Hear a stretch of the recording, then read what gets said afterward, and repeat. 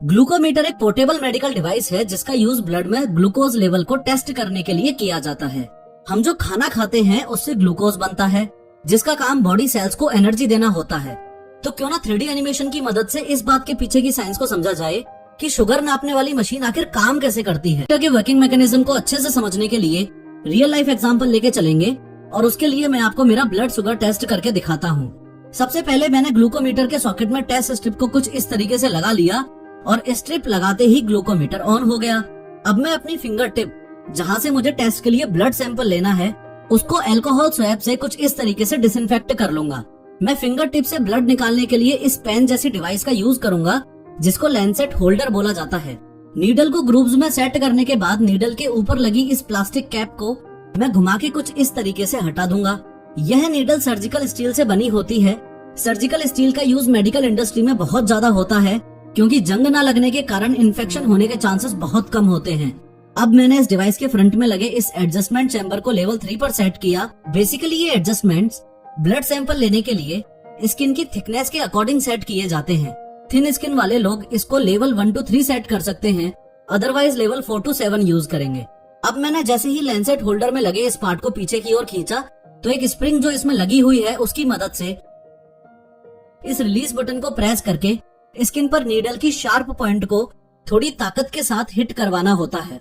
जैसे ही skin puncture हो जाए, अब ब्लड ड्रॉप निकालने के लिए लैंसेट को फिंगर टिप से सटाकर जैसे ही मैंने रिलीज बटन प्रेस किया तो नीडल ने स्किन को पंक्चर कर दिया और ब्लड ड्रॉप फिंगर टिप पर कुछ इस तरीके से आ गई।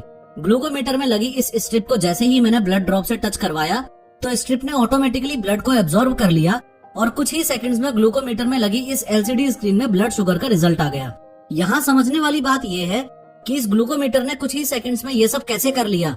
इसके पीछे की साइंस को समझने के लिए पहले हमको इस स्ट्रिप को समझना होगा कि आखिर इस स्ट्रिप में ऐसा क्या है जो ब्लड में शुगर का लेवल बताने में हेल्प करता है। ये छोटी सी स्ट्रिप जो आप यहाँ देख रहे हो ये ब्लड शुगर टेस्ट करने के लिए यूज होने वाले डिवाइसेस में से सबसे इम्पोर्टेंट पार्ट है। ये कई थिन लेयर से मिलकर बनी होती है। हर एक लेयर का अपना अपना काम होता है। ब्लड शुगर टेस्ट में यूज होने वाली स्ट्रिप के इस एंड पर केमिकल कोटिंग रहती है।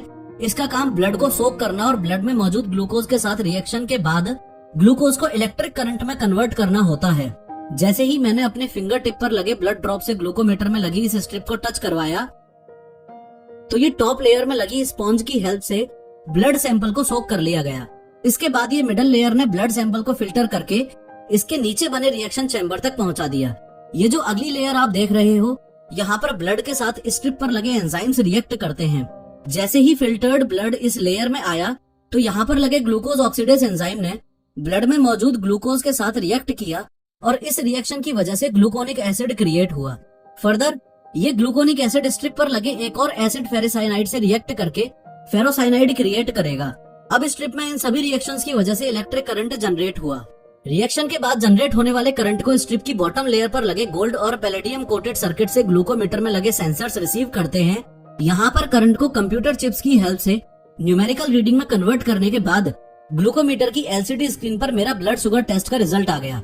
हाई ब्लड शुगर पेशेंट्स के ब्लड में मौजूद ग्लूकोज इस स्ट्रिप पर रिएक्शन के बाद एक strong electric current signal generate करता है और वो मीटर में रिसीव होते ही न्यूमेरिकल रीडिंग में कन्वर्ट होने पर रिजल्ट भी हाई दिखाएगा। यानी कि जितना हाई या लो इलेक्ट्रिक सिग्नल होगा रिस्पेक्टिवली उतना ही हाई या लो आपके ब्लड शुगर का लेवल होगा।